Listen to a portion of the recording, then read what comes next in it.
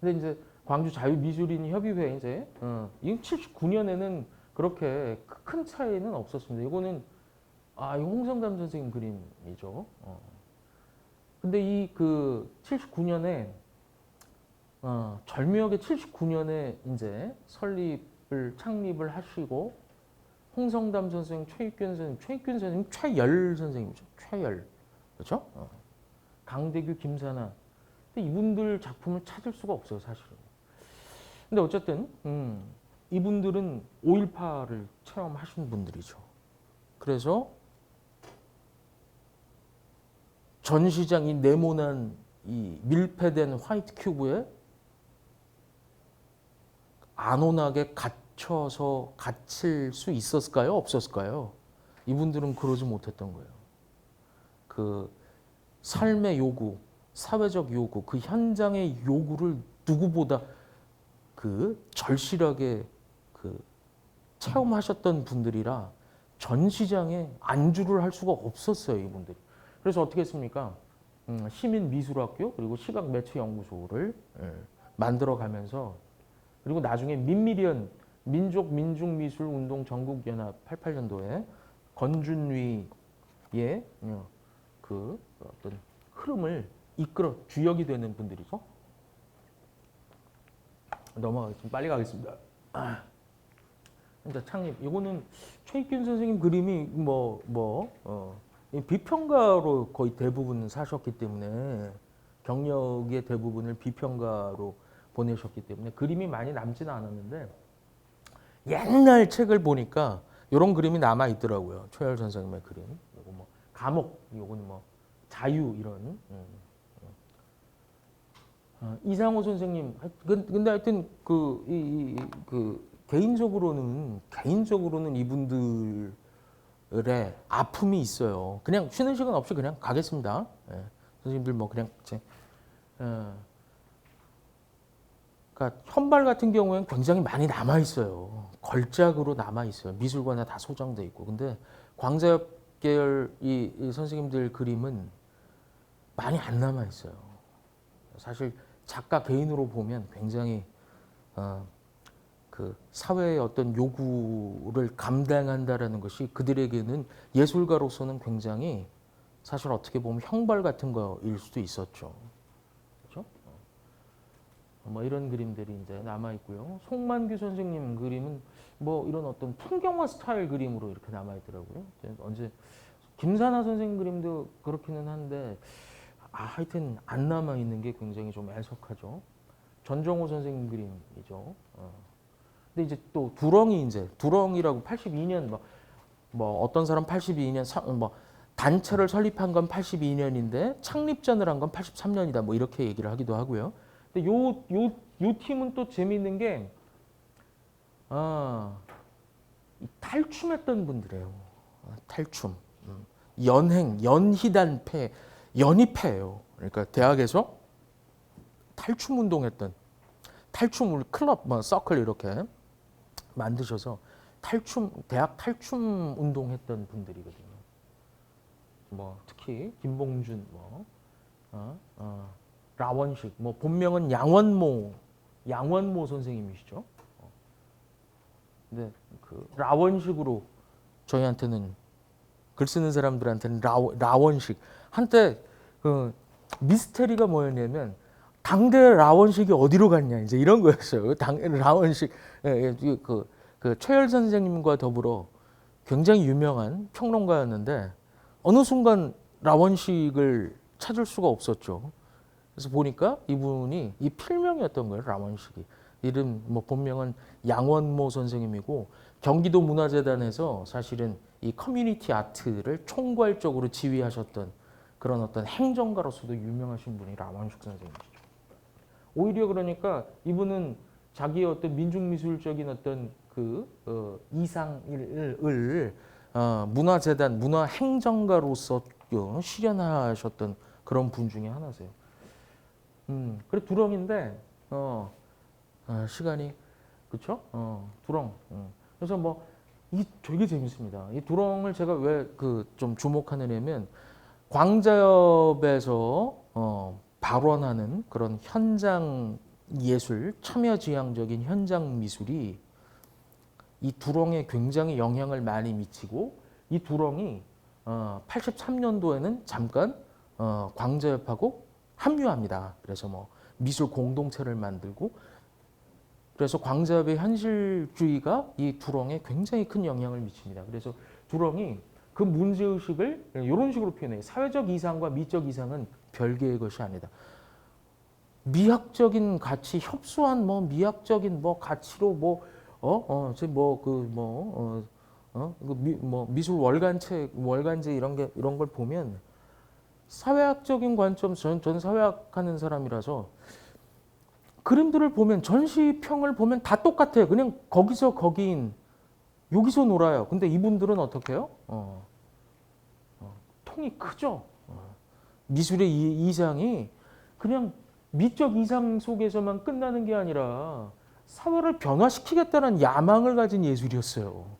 이게 이 당대의 광주에서 발원하는 미술의 굉장히 큰 특징입니다. 힘 있는 미술이었어요. 사회를 변화시키겠다는 야망을 가진 지금 예술가들한테 실제로 지금 80년대 민중미술을 하셨던 분들한테도 찾을 수 없는 그런 어떤 힘이 있었던 미술이에요. 지금 근데 제가 아속한 거는 뭐냐면 당대 어떤 민중미술을 하셨던 분들을 보면 건방진 말씀이지만 당대의 그 힘이 안 느껴지죠. 눈빛이나 이런 쪽에서 안 느껴져서 굉장히 좀 제가 좀 이렇게 어디 이렇게 실망스러운 면이 있어요. 좀 관객의 입장에서 하여튼 어쨌든 그렇죠?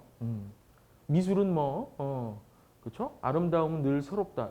근데 재밌는 게 있습니다. 이 아름다움은 늘 새로운데 미학이 새로움을 추구하잖아요. 미학적 실험을 통해서 예술가들이 굉장히 많은 실험을 하고 새로운 미술을 발전시키는데 잘 들어보세요. 미학적 새로움을 추구하는 힘은 미학에서 나와요? 전시장에서? 그냥 작가들이 가만히 앉아가지고 이렇게 앉아가지고 가만히 이렇게 생각해보다 뭐 생각났어 그런 식으로 해서 미술이 새로워집니까? 사실은 안 그렇거든요. 미술이 새로워진다라는 걸 미술이 어떻게 새로워지는가를 증명한 예술이 사실은 제가 그 시민미술학교하고 심혜연 시각매체연구소거든요. 미술이 새로워지는 건 아름다움이 새로워질 때는 어떨 때냐? 사회의 요구를 감당할 때 예술이 아름다워지더라고요. 특히 저는 대구 가톨릭대는 그렇게 미대가 있습니다. 미대가 있는데 거기 졸업하는 친구들이 이렇게 국립현대미술관에서 전시하거나 이런 수준 정도가 나온 친구들은 별로 없거든요. 근데 앉아서 맨날 뭐 해요? 그냥 캔버스 이렇게 앞에 놓고 이렇게 그림 그려요. 저는 굉장히 애석하거든요. 그게. 저래가지고 저렇게 무력해가지고 어떻게 저 친구들이 우리 이 사회에서 작가로서의 삶을 감당해낼까? 그게 이렇게 좀 애석하거든요. 근데 새로운 예술에 눈 뜨는 순간은 사회적 요구와 사회적 변화가 예술의 새로움을 추동합니다.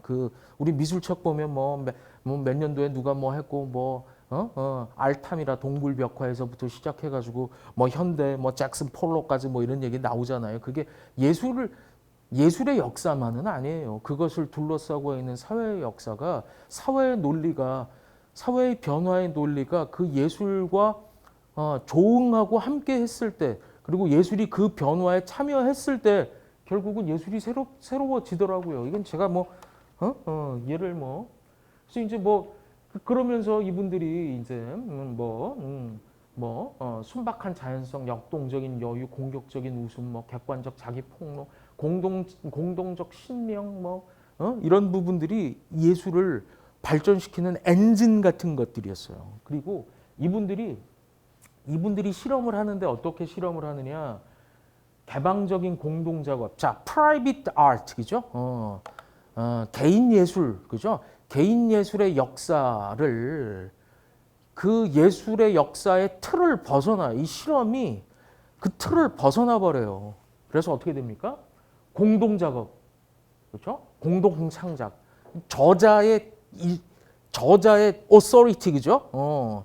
그 저자성을 부정해. 이게 진짜 나중에 또 말씀드리겠습니다. 민중과의 협동적 관계를 창출해내죠. 우리가 뭐 관계 미학을 굳이 우리가 뒤질 필요가 없어요. 이미 그런 민중과의 협동적 관계를 창출하고자 시도했던 사람들이 바로 이런 어떤 현장 중심 민중미술가들이었다라는 거죠. 그래서 두렁은 뭐 잘 그린 그림을 추구하지 않았어요. 함께 할 수 있는 뭐 이런 것들을 만들어서 탈춤 이런 것들을 연행을 하고 그랬던 거죠. 표현 방식에서도 굉장히 세련됐었죠. 그래서 넘어가겠습니다. 그래서 이상계와 현실계와 아수라계가 이렇게 조화되는 어떤 아주 상징적인 그림을 이제 그리게 되죠. 그래서 광주 시민미술학교 이제 제가 며칠 동안 몇 달 동안 빠져 있던 이게 책이 민족미술이라고 하는 건데 서울미술 공동체 하여튼 미술 공동체라는 어떤 미술 공동체에서 이 두렁하고 이제 광서엽이 이제 만나게 되는데 여기서 이제 판화 운동을 하기 시작해요. 판화 운동을. 그렇죠? 대단한 거죠. 그렇죠? 그러면서 이 광주 시민미술학교가 서울, 성남, 부산, 인천, 대구 이런 쪽으로 이제 확대되면서 최초의 전국적인 미술가 협의체로 발전을 하게 되죠. 그렇죠? 넘어가겠습니다. 하여튼 이 안에 홍성담 선생님이 시민미술학교의 보고서라고 하는 짧은 문건을 여기다 아주 그냥 그 잉크가 낡아가지고 잉크가 다 읽을 수가 없는 거였는데 돋보기로 읽었어요. 돋보기로 보면서 읽었거든요. 아주 작게. 그래서 결국 이제 83년도에 이제 광자협을 이제 발전적으로 이제 해체하고 재구성한 거라고 얘기를 하는데 5.18의 경험을 거기서 어떻게 그걸 외면하겠어요? 이 사람들 외면하지 않은 거예요. 뭐 예를 들어서 남농허건의 작품에는 그런 게 별로 없죠. 오히려 5.18의 어떤 이런 경험들을 조금 벗어나고 싶어하는 그림들이죠. 그렇죠? 오지오의 인상주의도 그렇고요. 거기선 그런 걸 느낄 수 없잖아요. 물론 그 이전에 그 광주 전남의 호남의 아름다운 자연을 표현하고자 했지만 거기에는 그 역사적 체험이 반영이 돼 있지 않죠. 근데 이분들은 그런 과제를 이제 안죠. 근데 이제 되게 재밌는 게 직접적으로 표현하지는 않아요. 이 당시에는 그 미술가들의 역량이 그만큼 안 됐던 것 같아요. 사실은 작품화 시킬 수 있는 역량은 안 됐던 것 같아요. 83년에는 그냥 위로하는 시대적 불안감을 해소하고 그렇죠? 기쁨과 희망과 해방을 표현하는 어떤 좀 이런 어떤 소박한 수준에서 사실은 미술 운동을 전개를 합니다. 근데 이제 진행 과정에서 이게 선생님들이 한번 보세요. 이게 뭐 이런 얘기든 없나? 전 본 적이 없는데 이게 초기에는 교양광자로 해서 단순 판화 교실로 이렇게 운영이 됐대요. 근데 재밌습니다. 잘 한번 보세요. 그냥 어디 우리 미술학원 같은 데 이런 데 가면 그냥 그림만 그리잖아요. 뭐 석고 대생 하나 놓고 그림 그리고 막 이러잖아요. 근데 이분들은 좌담회, 토론, 그죠? 촌극 형태의 민중국을 구성하고 그걸 시연해요. 그래서 실제로 미술이라고 하는 게 단지 작품만으로 존재하는 게 아니라 이런 활동의 일부, 활동의 매개체로서 존재합니다. 뭐 이런 모습들이죠. 이런 것들이 나중에 집단 창작, 공동 창작으로 넘어가는데 나중에 또 설명을 할게요. 그래서 왜 판화했느냐? 이분들이 이제 판화라고 하는 판화 운동이었어요. 왜 판화였느냐? 판화는 일단 제작하기 쉬웠어요. 누구나 할 수 있는 거였어요. 그렇죠? 그리고 이 판화가 어떤 역할을 했느냐면 전단, 벽보, 걸개 그림 뭐 나중에도 말씀드리겠지만 이 민중미술이라고 하는 걸 사람들이 이제 민중미술을 별로 좋아하지는 않아요. 그러니까 메이저 예술계에서 비평하는 사람들이나 이런 것들은 사회운동이라고 보거든요. 사실은 어떻게 보면. 근데 그래서 민중미술에 대한 어떤 편견 같은 것들이 존재하죠. 근데 사실은 미학적인 관점에서도 이때 아주 폭발적으로 뭐가 일어나기 시작합니까? 미학적 실험들이 일어나기 시작해요. 지금 뱅크시, 낙서 그림, 키스 헤링, 이런 사람들이 그 이전에, 그죠? 이미 우리나라, 그러니까 어떤 미술의 형태가 굉장히 폭발적으로 제가 이걸 뭐하고 비교하고 싶으냐면, 이 생물 종 다양성이 굉장히 폭발하는 시기가 있잖아요. 무슨 지질학적으로 캄브리아기, 선 캄브리아기 이런 때가 굉장히 생물의 종들이 아주 굉장히 다양하게 분화되는 시점이 있었나 봐요. 우리나라에서 그런 시점을 찾으려면 전 주저없이 80년대 중반, 특히 시민미술학교 심혜연을 꼽고 싶어요. 어마어마한 실험들이 일어나기 시작하죠. 이런 그림들은 우리가 상상 못했던 그림 작가들은 되게 어디 있습니까? 캔버스를 앞에 놓고 혼자서 아뜰리에라고 부르는 폐쇄된 감옥 같은 작업실에서 그림을 그리는 게 전형이잖아요, 그죠? 그런데 어떤 이런 모습을 구현하기 시작하죠. 자, 그래서 여기 보면 총 1기서부터 6기까지 진행이 되는데 그냥 여기선 그냥 강의하고 판화 실기하고 10시에 만나서 1시간 정도는 강의하고 11시에서 2시간 정도는 실기하고 이런 식의 진행을 하다가 뒤에 가면 오히려 오리엔테이션하고 답사를 하고 좌담을 하고 굉장히 다양한 형태의 활동들과 결합시키기 시작합니다. 그렇죠? 우리 공동체 예술 저기 뭐죠? 공공미술 이런데 가볼 필요가 없어요. 돌아갈 필요가 없어요. 우리 이때 다 했던 거고 실제로 어떤 논문인들이나 이런 데서 사실은 외국의 무슨 수잔 레이시나 이런 사람들이 등장할 게 아니라 사실 이 표가 등장을 해야 됩니다. 이런 과정들을 통해서 우리 미술이 발전에 원동력이 있었던 거예요. 이런 모습들을 보여주기 시작하는 거죠. 그래서 이런 작품집들을 내기 시작하고요. 그래서 이 시민미술학교에서 그죠? 그죠? 되게 하여튼 재밌습니다. 그죠? 되게 재밌었어요. 저는 개인적으로는 굉장히 재밌었어요. 이걸 읽으면서 굉장히 재밌었어요. 그죠? 참 재밌었던 게 개개인의 개성을 중시하면서도 개인의 어떤 능력을 공동 작업화한다라는 거. 이거는 프라이빗 아트에서는 인디비주얼 아트에서는 생각할 수가 없어요. 그렇죠?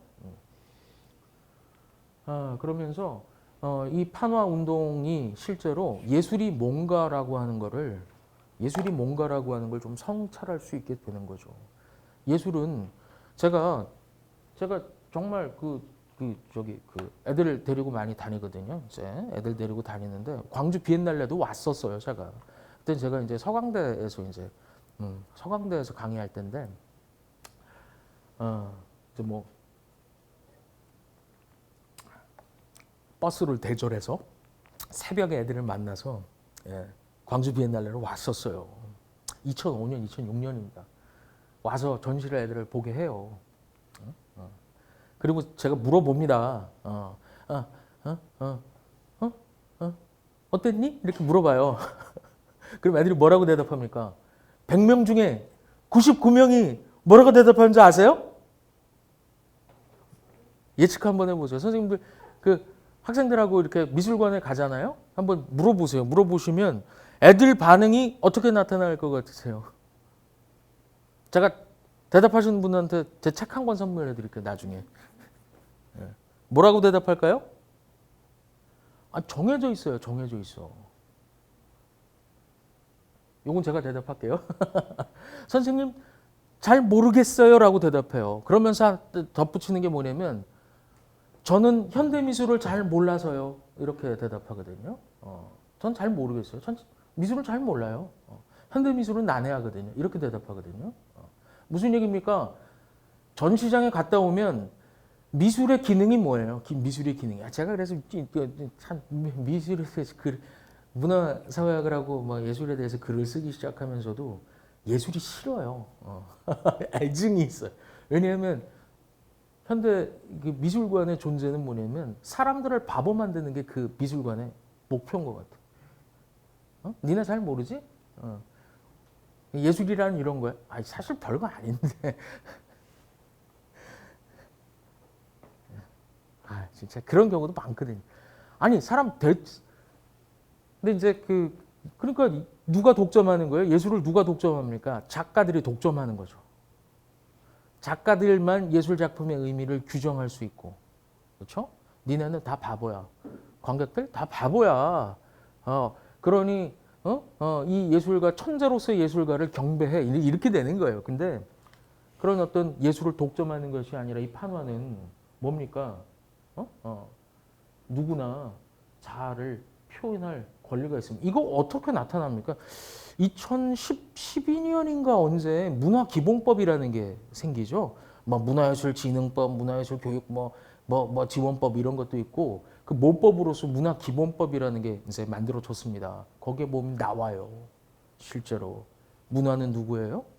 문화는 누구의 것이에요? 그것을 향유하고 그죠? 국민 모두가 거기에 참여하고 즐길 수 있어야 되는 것으로 나와요. 근데 실제로 그 이념을 표현한 게 시민미술학교였어요. 거기 보면 나와요. 이거 제가 여기 있는 얘기들이 거기에 나와 있는 것들을 제가 막 보이지도 않는 거를 막 눈을 막 비벼가면서 막 이렇게 타자를 쳐가지고 여기다 그대로 옮겨놓은 거거든요. 이게 그 보고서에 나옵니다. 이게 자아를 표현할 권리가 있다는 얘기를 해요. 그래서 그 권리를 되돌려 주자라는 거예요. 예술의 어떤 기본권으로서의 예술을 되돌려 주자라는 얘기를 하는 거죠.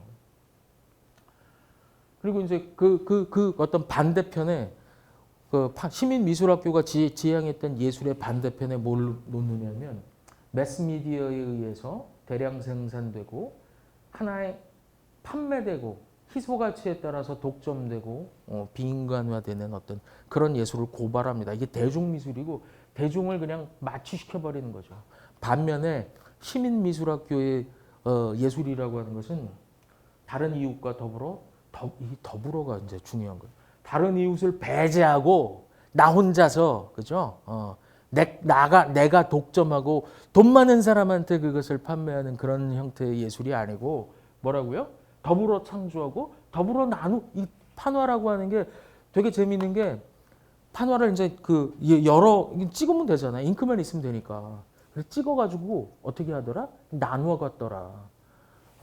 원래 모더니즘 판화 같은 경우에는 거기에 에디션 넘버라고 하는 걸 찍어요. 그래서 거기에 대개 판화가 미술관 화랑에서 판매하는 판화는 대략 어떻게 파느냐면 유명한 걸작을 판화로 제작합니다. 그래서 그것을 뭐 100장 이렇게 해서 넘버링을 해요. 이거는 100장 찍었는데 그 중에서 15번 뭐 이런 식으로 하거든요. 그럼 뭐냐면 실제로 판화가 어떤 식으로 사용되느냐? 그냥 걸작을 100분의 1로 쪼개가지고 그것을 이제 이게 분할해서 판매하는 이게 뭐라고 그럽니까? 이거 쪼개서 이렇게 나누는 역할을 하거든요. 근데 그죠? 여기서는 뭐예요? 이거는 에디션 넘버도 존재하지 않고요. 그죠? 그렇죠? 그래서 그 에디션 넘버를 왜 찍느냐? 이거는 희소 가치가 있다. 이건 100장밖에 없어. 이제 이런 거야. 그죠? 걸작을 이거는 100장으로밖에 분할 안 했어. 뭐 이렇게 되는 거죠. 근데 판화 운동에서 나타나는 이런 판화는 어떻습니까? 그냥 무한히 자기가 선물할 수 있는 사람한테는 다 나눌 수 있는 거죠. 오히려 확장시킬 수 있고 확산시킬 수 있죠. 희소 가치를 적으면 적을수록 좋은 그런 것이 아니라 그죠? 더불어 나누어 가지는 문화를 지향했던 그죠? 이념을 가지고 있습니다.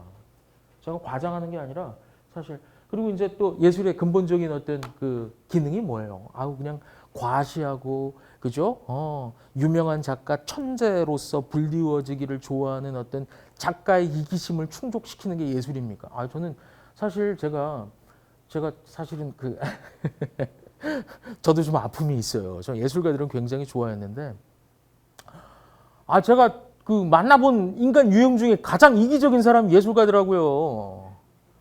정말 아주 그냥 그냥 막 뭐라 그래야 돼. 그 인정받고 싶어 하는 그 욕망으로 똘똘 뭉쳐져 있더라고요. 젊은 애들 같은 게 더한 그래가지고 제가 좀 항상 마음의 상처를 받고 그러는 게 이제 근데 판화미술학교에서 보여주는 어떤 예술의 형태는 뭐였냐면 포용하는 거였어요. 그렇죠? 다른 사람들의 생존 체험을 겸허하게 받아들이면서 실제로 이걸 실현했던 그 1급 예술가들이 여기 나오는 사람들이 사실은 어떻게 보면 여기 나오는 이거는 제가 보기에는 학생 작품일 수도 있고요. 수강생 작품일 수도 있는데 여기 나와 있는 작품들이 굉장히 1급 작가들이 제작한 판화인데 그죠? 자기를 막 과시하는 형태는 아니잖아요. 그렇죠? 예술이라는 게 뭡니까? 너 바보야 그러고 무시하는 게 예술이에요? 네가 얼마나 바보임을 내가 증명해 줄게. 비엔날레의 목표가 그겁니까? 사실 그런 건 아니잖아요.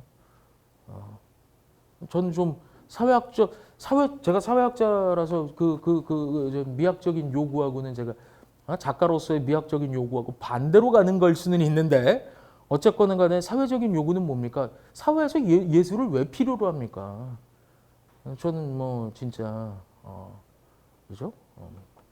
이 포용하는 거예요, 사실은. 우리 양극화가 심해질 때 예술의 기능이 뭐예요? 이게 신자유주의 시장이 지배하는 어떤 사회 속에서 예술의 역할은 뭐예요? 그 시장에 공모해서 내 작품이 수천억 되는 게 이게 저는 예술의 어떤 목적이 아니라고 생각하거든요. 오히려 이런 시절에 시절일수록 그죠? 예술은 반대 방향으로 가야 된다라고 생각해요. 그죠? 근데 그거를 실제로 했더라라는 거죠. 이 되게 재밌습니다. 이 진짜 재밌습니다. 이거 진짜 재밌습니다. 이제 여러 사람들을 이제 대상으로 이제 강의를 하면서 실제로 깎고 파고 찍어요. 직접적인 체험을 전달해 주죠. 판화가 전달해 줄 수 있죠. 그죠? 그냥 아까 본 것처럼 베르나르 베르베르의 뭐 이름도 이상하잖아요. 뭐 베르베르 그러니까 좀 이상하잖아요. 그죠? 근데 베르베르의 그림을 이렇게 앞에 나와서 이렇게 관조하고 그냥 보고 그냥 숭배하는 것으로 돌아가는 것이 아니라 실제로 직접 깎고 파고 찍을 수 있는 게 바로 예술이었다라는 거죠. 그죠? 그래서 오늘과 같은 일그러지고 찢겨진 수많은 익명의 개인들의 시대에 꼭 필요하다라고 이제 얘기를 하죠. 뭐 보면 별거 아닌 것처럼 보이는데 실제로는 여기에 담겨져 있는 사상은 그렇죠? 그러면서 이제 대중이 스스로 메시지를 획득하게 할 수 있게 하겠다. 그렇죠?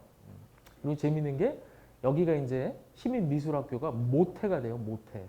그래서 배워나간 수강자들이 자기가 속한 그룹에서 판화를 교육하고 이 판화를 뭐 포스터라든지 팜플렛, 걸개 그림 이런 데에 응용하게 되죠. 이게 사실 민중미술이라고 하는 미적 형식의 하나의 모태가 되는 어떤 그런 역할을 이제 판화가 하게 됩니다. 뭐 여기는 뭐 이상호 선생님 작품이고 손기환 선생님이 전부 다 되게 1급 작가들이 그렇죠? 판화 교육을 하면서 공동으로 만들었던 그림들 중에 하나예요. 그렇죠?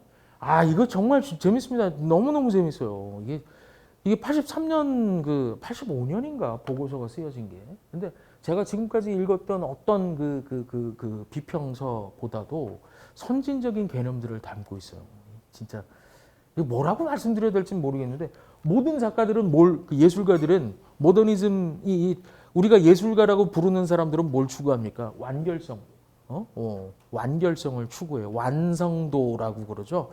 작품의 완성도라고 그러잖아요. 그렇죠?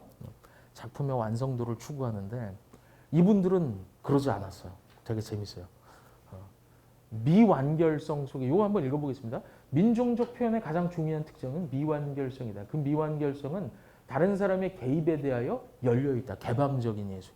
이 개방성을 왜 강조하느냐면 열려 있어야 보고 감상하는 사람들이 그 작품의 표현 속에 자기 자신이 마음껏 개입하게 만들어요. 그러니까 닫혀있는 구조라면 닫혀있는 구조에서는 관객들이 보고 나 잘 이해가 안 돼. 나는 이해를 못하니까 무식한가 봐. 난 현대미술을 잘 몰라. 이런 식으로 이제 반응이 나오는데 여기서는 오히려 개방해놨기 때문에 열려져 있기 때문에 관객도 보면서 그 작품에 개입할 수 있게 되고 그렇죠?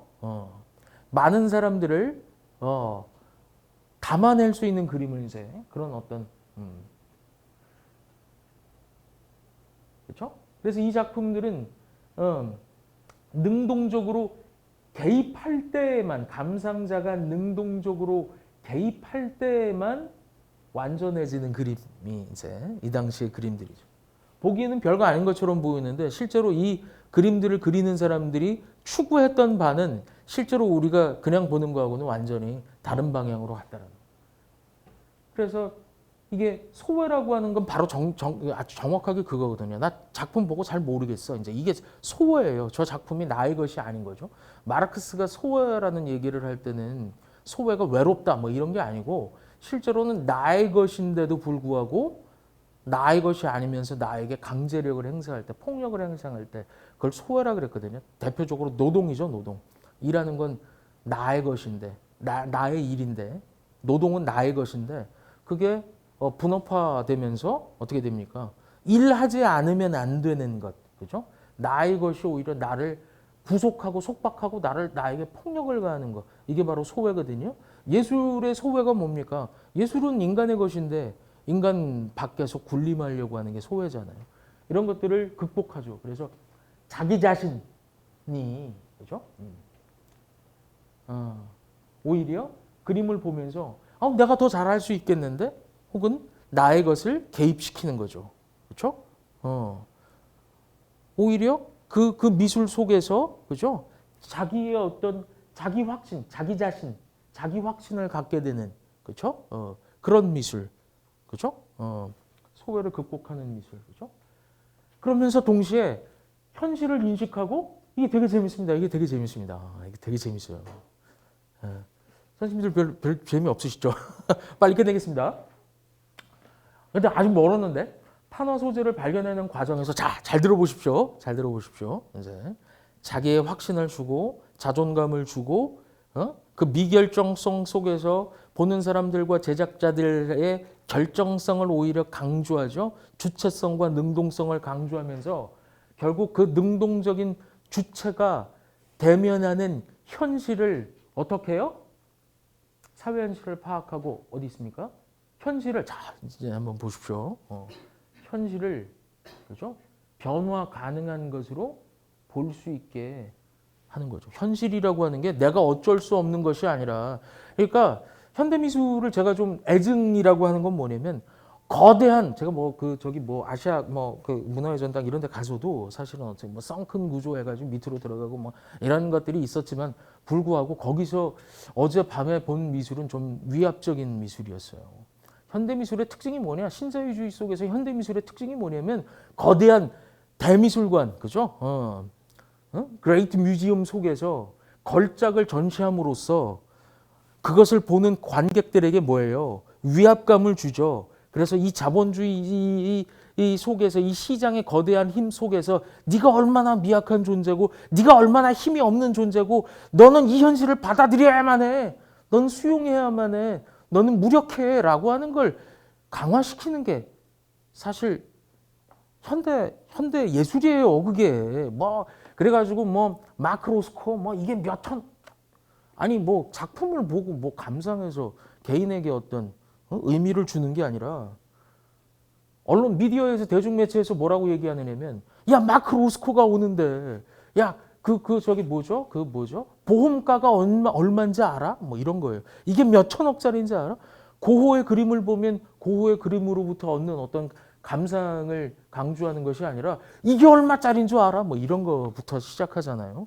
그렇죠? 이 얼마짜리 이 수천억짜리 5천억짜리 그림 앞에서 뭉크의 전류 이런 거가 5천억짜리랍니다.